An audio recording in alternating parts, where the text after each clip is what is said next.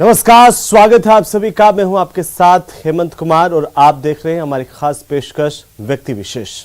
कांग्रेस को मजबूती देने के लिए राहुल गांधी पदयात्रा कर रहे हैं। पार्टी अपना चेहरा बदलने के लिए गैर गांधी को अध्यक्ष बनाने की दिशा में अब आगे बढ़ चुकी है, लेकिन देश के सियासी लोगों की नजरें इस वक्त राजस्थान पर टिकी हुई हैं और इसकी सबसे बड़ी वजह है प्रदेश की सीएम पद की कुर्सी। 1998 से लेकर के अब तक राजस्थान में कांग्रेस ने राजस्थान की सत्ता में 3 बार हासिल की है, लेकिन हर बार मुख्यमंत्री बना एक ही व्यक्ति। कई बड़े दावेदार उभरे भी, लेकिन इनकी जादूगरी के सामने किसी की एक नहीं चली। यहां तक कि उन्होंने ऐसी चालें चली कि उसे राजनीतिक गुरु भी इससे मात खा गए। 2020 में तो इस तरह की बगावत हुई कि लगा कि इस बार कुर्सी छिन ही जाएगी, लेकिन आला कमान के आशीर्वाद से तब भी इन्होंने अपने विरोधियों को न केवल सिर्फ मात दी, बल्कि और ज्यादा ताकतवर होकर के यह नाम उभरा। लेकिन इस बार इन्होंने दिल्ली दरबार को ही चुनौती दे दी। 45 साल पहले हार के साथ सियासी सफर की शुरुआत करने वाले आखिरकार कैसे इतने ताकतवर बन गए, चलिए देखते हैं आज का व्यक्ति विशेष। बात करते हैं अशोक गहलोत की। जयपुर की तकरार। सवाल इस बात का है कि आप किसी को भी बना दो, वो जो 102 आदमी थे जो फेयरमाउंट में मौजूद थे और वही आदमी जो है आपके जैसलमेर के होटल में मौजूद थे, आप उनमें से बनाओ, कोई आपत्ति नहीं। नाराज हुआ दिल्ली दरबार।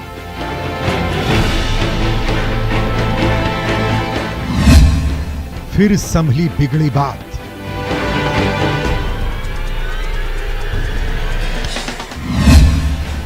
फौरन की सोनिया से मुलाकात।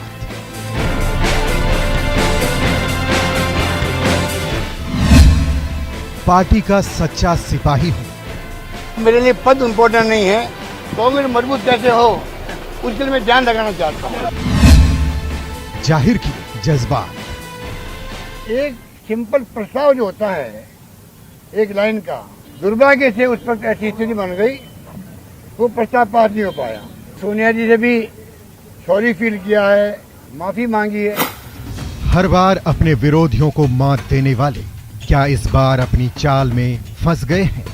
जिन्हें देश की सबसे बड़ी पुरानी पार्टी के सबसे बड़े पद का सबसे बड़ा दावेदार माना जा रहा था, आखिरकार उसने उस पद के लिए चुनाव लड़ने से क्यों इनकार कर दिया? कल परसों की जो घटना हुई है और मेरी मॉरल रेस्पॉन्सिबिलिटी थी कि उस प्रस्ताव पार होता, तो मैंने तय किया है अब मैं इस माहौल के अंदर चुनाव नहीं लड़ूंगा। ये मेरा फैसला है। 45 साल का लंबा सियासी अनुभव, जिसकी हर बात पर पार्टी आलाकमान आंख मूंद कर विश्वास करता था, जिन्हें गांधी परिवार का सबसे खास माना जाता था। अशोक गहलोत, एक ऐसा नाम जिन्हें सियासत का जादूगर कहा जाता है। एक बार नहीं, कई बार उन्होंने इस बात को साबित भी किया है। इंदिरा गांधी, राजीव गांधी से लेकर सोनिया गांधी तक के विश्वास पात्र रहे। गहलोत ने कई बार न सिर्फ खुद को पार्टी के सामने मजबूती से पेश किया, बल्कि कई मौकों पर पार्टी को संकट से भी निकाला। इसीलिए ही तो 1998 से लेकर अब तक जब भी राजस्थान में कांग्रेस को जीत मिली, मुख्यमंत्री पद के लिए दिल्ली दरबार की एक ही पसंद रहे, अशोक गहलोत। चाहे विधायकों का समर्थन हो या ना हो, बदलते सियासी घटनाक्रम के बीच अब एक बार फिर सीएम पद को लेकर कयासों का दौर तेज हो गया है। कांग्रेस अध्यक्ष के लिए चुनाव नहीं लड़कर गहलोत ने ये तो साबित कर दिया है कि उनकी पहली प्राथमिकता राजस्थान है। लेकिन इन सब के बीच ये संदेश चला गया कि आलाकमान के आशीर्वाद से विरोधियों को मात देने वाले गहलोत आलाकमान से ही नाफरमानी कर बैठे हैं। लेकिन जो लोग गहलोत को जानते हैं, उन्हें पता है कि गहलोत ऐसा योद्धा है जो हर चक्रव्यूह से निकलना जानते हैं।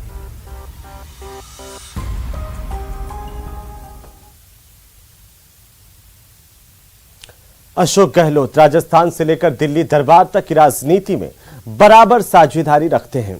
राजनीतिक जीवन में कांग्रेस में रहते हुए ऐसे कई मौके आए जब हाईकमान के कहने पर अशोक गहलोत ने दी हुई जिम्मेदारी को कुशलतापूर्वक निभाते हुए संकट मोचक और कुशल रणनीतिकार होने का परिचय दिया। रिपोर्ट देखिए।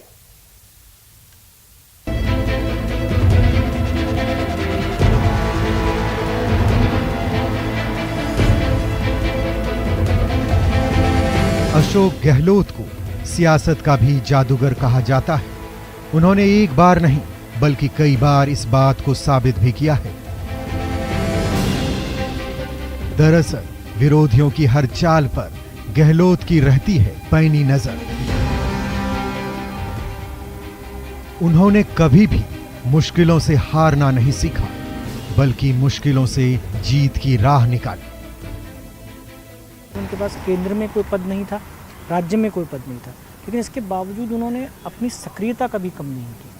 वो लगातार सक्रिय रहे प्रदेश के मुद्दों पर, देश के मुद्दों पर लगातार उनके बयान सामने आते रहे, लगातार वो दौरे करते रहे, लगातार लोगों से मिलते रहे। और यही कारण है कि प्रदेश की राजनीति में और प्रदेश कांग्रेस में, मतलब आप ऊपर से लेकर के नीचे तक देखेंगे तो मुझे लगता है कि जो कार्यकर्ताओं का एक पूरा उन्होंने एक टीम खड़ी की है, अपने समर्थकों की जो टीम खड़ी की है, उसके पीछे एक बहुत बड़ा कारण यही कि उनका निचले से निचले स्तर तक के कार्यकर्ता से जुड़ाव है। गहलोत विरोधियों की चाल पर तो नजर रखते ही हैं, अपना हर कदम फूंक फूंक कर रखते हैं। तभी तो उनका अगला कदम क्या होगा इसका पता लोगों को नहीं चल पाता है। यही कारण है कि विरोधियों की हर चाल फेल हो जाती है और विपक्ष की दाल नहीं गल पाती है। 2020 में पार्टी के अंदर पैदा हुई बगावत के दौरान उन्होंने जिस तरह विधायकों को एकजुट रखा, वो उनके राजनीतिक कौशल का सबसे बड़ा उदाहरण है। इस दौरान गहलोत ने अपने सभी विधायकों को लेकर जयपुर से जैसलमेर के चक्कर लगाए और फिर होटलों में बाड़ेबंदी भी की। गहलोत सरकार के विधायकों के खरीद फरोख्त की खबरें भी सामने आई, लेकिन गहलोत ने न सिर्फ अपने विधायकों को एकजुट रखा, बल्कि आला कमान को भी भरोसे में लेकर विरोधियों की हर चाल की तोड़ निकाली। इतना ही नहीं, राज्यसभा चुनाव के दौरान भी उन्होंने विपक्षी बीजेपी की दाल नहीं गलने दी। झूठ फरेब और धोखा चल रहा है और बीजेपी पूरे हर स्टेट में सरकार गिराने के षड्यंत्र में लगी हुई है। और राजस्थान में स्थिति हमारी मजबूत है, हम हर उपचुनाव जीत गए। वल्लभनगर में तो बीजेपी की हमने जमानत जब्त करा दी। धरियावद में बीजेपी तीसरे नंबर पर रही। पंचायत चुनाव हम जीत गए। राजस्थान में नगर निकाय के चुनाव हम जीत गए। बीजेपी के आंख की किरकिरी बनी हुई है कांग्रेस की। हुनर ऐसा कि सबको साथ लेते हैं, अपने तो अपने, कई बार ना चाहते हुए भी विरोधी भी उनके साथ हो लेते हैं। गहलोत में सबको साथ लेकर चलने की अद्भुत क्षमता है। सबकी बात सुनते हैं और सभी वर्गों में खासे लोकप्रिय हैं। इसलिए ही तो उन्हें मारवाड़ का गांधी कहा जाता है। मास बेस्ड लीडर जिसको कहते हैं, उसकी जो मापदंड होते हैं उस पर वो लगभग पूरी तरह से खरे उतरते हैं। तो एक राजनेता के रूप में मुझे लगता है और एक पॉलिटिकल पर्सनालिटी के रूप में राजस्थान में आज की तारीख में मुझे नहीं लगता कि उनकी मैच का कोई दूसरा राजनेता है। कांग्रेस में बड़ा कद रखने के साथ साथ अशोक गहलोत के संबंध दूसरी पार्टी के नेताओं से भी काफी अच्छे हैं। यहां तक कि प्रधानमंत्री मोदी भी कई बार गहलोत की तारीफ कर चुके हैं। अभी हाल ही में जगदीप धनखड़ के उपराष्ट्रपति बनने के बाद गहलोत ने विधानसभा में अभिनंदन समारोह का आयोजन भी किया था। इसके पहले जब भैरों सिंह शेखावत भी उपराष्ट्रपति बने थे, गहलोत ने सियासी शिष्टाचार निभाते हुए उनका अभिनंदन समारोह आयोजित किया था। हालांकि गहलोत को जब भी मौका मिलता है, वो केंद्र की नीतियों पर कड़ा प्रहार करने से जरा भी नहीं चूकते हैं। देखिए, मुख्यमंत्री के तौर पे ही नहीं, पूरे मतलब पॉलिटिक्स के तौर पे यदि राजनेता के रूप में देखा जाए तो मुझे लगता है कि प्रदेश की राजनीति में आज की तारीख में उनके जितना सीनियर और उनके जितना माहिर राजनीतिज्ञ कोई नहीं है। पिछले लंबे समय से कांग्रेस की राजनीति में है, कांग्रेस में सक्रिय हैं, 40 साल का उनका अनुभव हो चुका है अब तक। और देश, प्रदेश, केंद्र सरकार, राज्य सरकार और मतलब पार्टी के केंद्रीय नेतृत्व में और यहाँ भी अलग अलग पदों पर उन्होंने काम किया है। कांग्रेस अध्यक्ष पद की दौड़ से गहलोत भले ही बाहर हो गए हों, लेकिन अभी ये कहना जल्दबाजी होगा कि वो आलाकमान का भरोसा खो चुके हैं, क्योंकि पिछले दिनों जयपुर में हुए घटनाक्रम के बाद जितनी तेजी से उन्होंने डैमेज कंट्रोल किया और मीडिया के सामने आकर अपनी जिम्मेदारी स्वीकार की, उससे वो पार्टी नेतृत्व के सामने ये बात साबित करने में सफल रहे कि वो पार्टी और गांधी परिवार के प्रति पूरी तरह वफादार हैं। जो हार कर भी बाजी जीत जाए उसे बाजीगर कहते हैं। अशोक गहलोत ने 1977 में पहली बार विधानसभा का चुनाव लड़ा, लेकिन हार गए। लेकिन तब भी उन्हें खारिज नहीं किया गया, बल्कि विधानसभा चुनाव हारने वाले को 1980 में लोकसभा का टिकट मिला, जीत दर्ज की और फिर उन्हें कोई पकड़ नहीं पाया।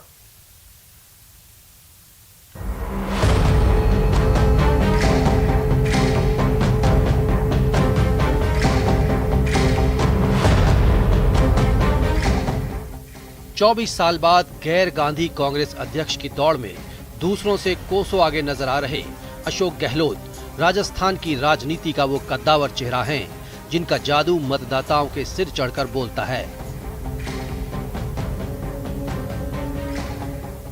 वो ऐसे नेता हैं जो अपने सौम्य व्यवहार से न सिर्फ अपने समर्थकों का दिल जीत लेता है, बल्कि विरोधी भी उनके अंदाज के कायल हैं।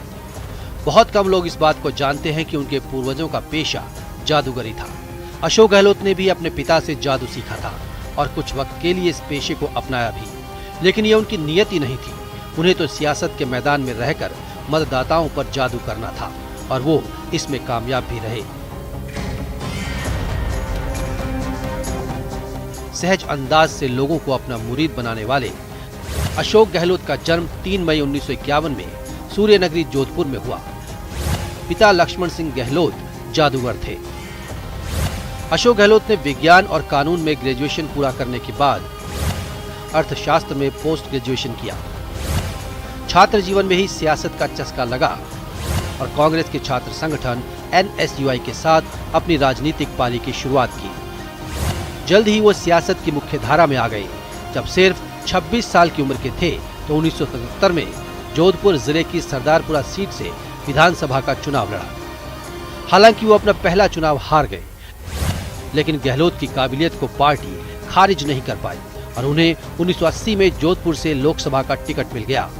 इंदिरा लहर में बाजी गहलोत के हाथ लगी और 29 साल की उम्र में वो पहुंच गए संसद। न सिर्फ सांसद बने, बल्कि 1984 में केंद्रीय मंत्रिमंडल में भी जगह मिल गई। उन्हें इंदिरा गांधी ने केंद्रीय खेल उपमंत्री बनाया। इंदिरा गांधी की हत्या के बाद हुए चुनाव यानी 1984 में भी उन्होंने जोधपुर से लोकसभा का चुनाव जीता और राजीव गांधी कैबिनेट में जगह बनाई। इस बार उन्हें पर्यटन और नागरिक उड्डयन राज्य मंत्री बनाया गया। हालांकि 1989 में देश भर में चली कांग्रेस विरोधी लहर में गहलोत भी नहीं बच पाए और लोकसभा का चुनाव हार गए। लेकिन 1991 में उन्होंने फिर वापसी की और जोधपुर से फिर सांसद बने। इस बार भी उन्हें PV नरसिम्हा राव कैबिनेट में जगह मिली और उन्हें कपड़ा राज्य मंत्री का स्वतंत्र प्रभार दिया गया। गहलोत ने 1996 और 1998 में भी जोधपुर से लोकसभा का चुनाव जीता। फिर आया वो मौका जब उन्होंने राजस्थान की कमान संभाली।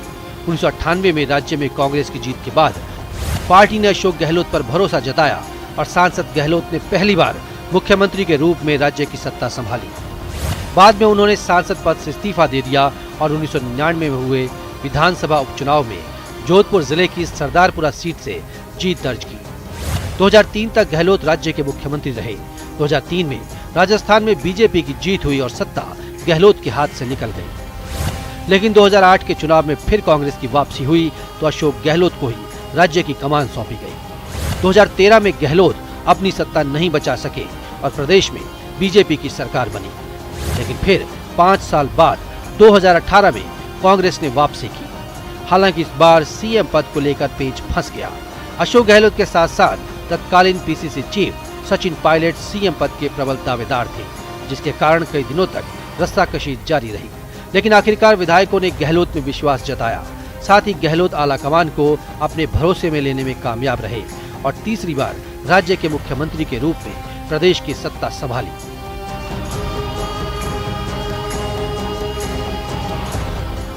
गहलोत की छवि बेदाग है और इसे उनके विरोधी भी मानते हैं।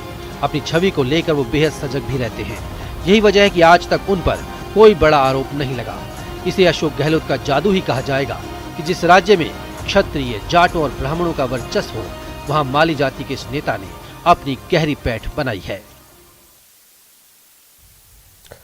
तो इस बार अशोक गहलोत ने सोनिया गांधी से मिलकर के अपनी बात जरूर रखी, माफी भी मांगी, लेकिन इससे आलाकमान ने अभयदान दे दिया, ऐसा बिल्कुल नहीं है। और ऐसे में देश भर के सियासी लोगों की निगाहें फिलहाल राजस्थान की सियासत पर टिकी हैं।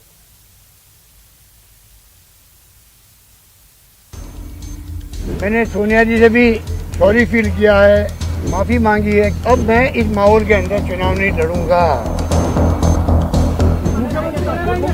ये फैसला मैं नहीं करूंगा, ये फैसला सोनिया गांधी जी करेगी, कांग्रेस अध्यक्ष करेगी।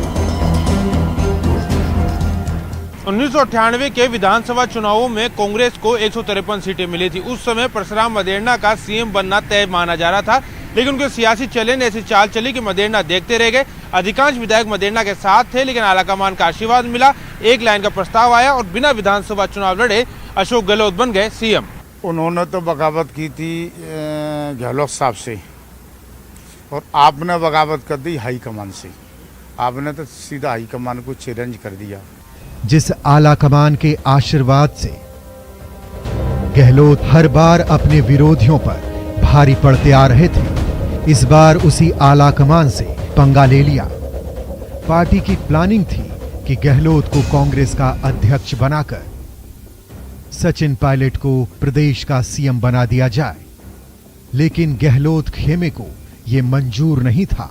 लिहाजा जयपुर में तकरार हुई और दिल्ली दरबार नाराज हो गया। हालांकि गहलोत ने समय रहते इसे भांप लिया और डैमेज कंट्रोल की भरपूर कोशिश की। दिल्ली गए, सोनिया गांधी से मुलाकात की और अपनी बात रखी। बाहर आए तो साफ कहा कि वो पूरी घटना से आहत हैं और इसके लिए सोनिया गांधी से माफी मांगी है। इतना ही नहीं, गहलोत ने यह भी जोड़ा कि वो अध्यक्ष पद के लिए नामांकन नहीं करेंगे और राजस्थान के सीएम पद पर आला कमान फैसला करेगा। पूरे देश में मैसेज चला गया जैसे मैं मुख्यमंत्री बना रहना चाहता हूँ, इसलिए सब कुछ हो रहा है। मैंने सोनिया जी से भी सॉरी फील किया है, माफी मांगी है। ये फैसला मैं नहीं करूंगा, ये फैसला सोनिया गांधी जी करेगी, कांग्रेस अध्यक्ष करेगी। गहलोत के इस बयान के बाद कयासों ने जोर पकड़ लिया कि क्या प्रदेश में नेतृत्व परिवर्तन होगा या फिर गहलोत अपनी कुर्सी बचाने में कामयाब होंगे। ये सवाल तब और लाजमी हो गया जब कांग्रेस महासचिव केसी वेणुगोपाल ने कहा कि जल्द ही राजस्थान कांग्रेस विधायक दल की बैठक होगी जिसमें आगे की बातें तय होंगी। मतलब साफ है कि आलाकमान राजस्थान में दोबारा रायशुमारी करवा सकता है। No, I cannot say anything. That decision of Chief Minister of Rajasthan will be decided by the Congress President within 1 or 2 days. That's all. इधर गहलोत के सोनिया गांधी से मुलाकात के बाद सीएम पद की दौड़ में शामिल सचिन पायलट ने भी मुलाकात की, लेकिन अपने पत्ते नहीं खोले और कह दिया कि सारा फैसला आला कमान करेगा। हम सब यही चाहते हैं कि हम किसी तरह मेहनत कर 2023 का विधानसभा चुनाव जीतें। उसके लिए हमको मिलकर काम करना पड़ेगा और राजस्थान के संदर्भ में जो भी निर्णय या जो भी डिसीजन लेना है वो कांग्रेस पार्टी लेंगी। हम सबका एक ही उद्देश्य है कि कैसे हम सब साथी मिलकर राजस्थान सहित बाकी राज्यों में कांग्रेस पार्टी की चुनाव को जीत को सुनिश्चित करें। हालांकि पायलट गुट का कहना है कि सचिन पायलट ही सीएम पद के दावेदार हैं, लेकिन सियासी पंडितों का मानना है कि इतना आसान नहीं है, क्योंकि आला कमान को इस बात का पूरा इल्म है कि अधिकांश विधायकों का समर्थन फिलहाल गहलोत के साथ है। इतना ही नहीं, गहलोत खेमा पायलट के नाम पर राजी होता नहीं दिख रहा है। उनका साफ कहना है कि जिन लोगों ने पार्टी के साथ गद्दारी की, उनके साथ वो कैसे जा सकते हैं। मतलब जिस दिन सरकार बचाने का या गिराने का खेल हो रहा था, तब मेरे घर पे इनकम टैक्स की रेड हो रही है और उसी आदमी को आप अनुशासनहीनता का नोटिस दे रहे हैं। मतलब इसका मतलब हमने गुनाह कर दिया सरकार बचा के। ये हम कह रहे हैं, ये हाईकमांड के ध्यान में प्रॉपर ढंग से अजय माकन जी ने लाए नहीं। इसमें हमारा आरोप है कि कोई ना कोई बहुत गहरी साजिश है, फिर कोई षड्यंत्र है। सारे विधायकों में आक्रोश था लाल सिंह इसको कि जो लोग सरकार गिराने में सम्मिलित थे, अगर उनमें से किसी को आज सीएम बनाने की बात आती है तो उन्होंने अपना आक्रोश व्यक्त किया कि हम सुरक्षित नहीं है, हमारे अधिकार सुरक्षित नहीं है, हमारी सरकार सुरक्षित नहीं है। इसके साथ ही गहलोत ये बात आलाकमान को समझाने में कामयाब होते दिख रहे हैं कि जयपुर में जो घटना हुई उसमें उनकी कोई भूमिका नहीं थी। पर्यवेक्षकों ने भी अपनी रिपोर्ट में गहलोत की भूमिका पर सवाल नहीं खड़े किए हैं।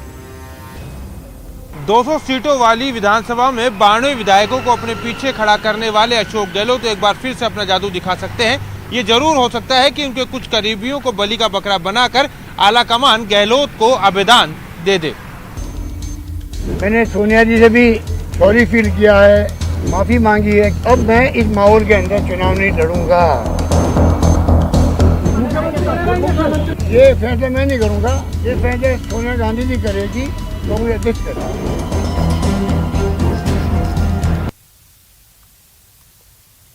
दिल्ली दरबार से माफी मांगकर लौटने के बाद अशोक गहलोत के जो बयान दिखे और उनके तेवर दिखाई दिए, उससे तो यही जाहिर होता है कि इस बार भी उनका जादू चल गया और फिलहाल कुर्सी पर मंडराता हुआ संकट टल गया है। दरअसल सियासत में ताकतवर वही होता है जिसके पास नंबर होते हैं और इस हिसाब से अशोक गहलोत अभी भी ताकतवर दिखाई दे रहे हैं। व्यक्ति विशेष में आज के लिए फिलहाल इतना ही। अगले हफ्ते फिर से हाजिर होंगे किसी और खास शख्सियत की जिंदगी के अनकहे और कहे हुए किस्से कहानियों के साथ। तब तक के लिए मुझे अनुमति दीजिए। नमस्कार।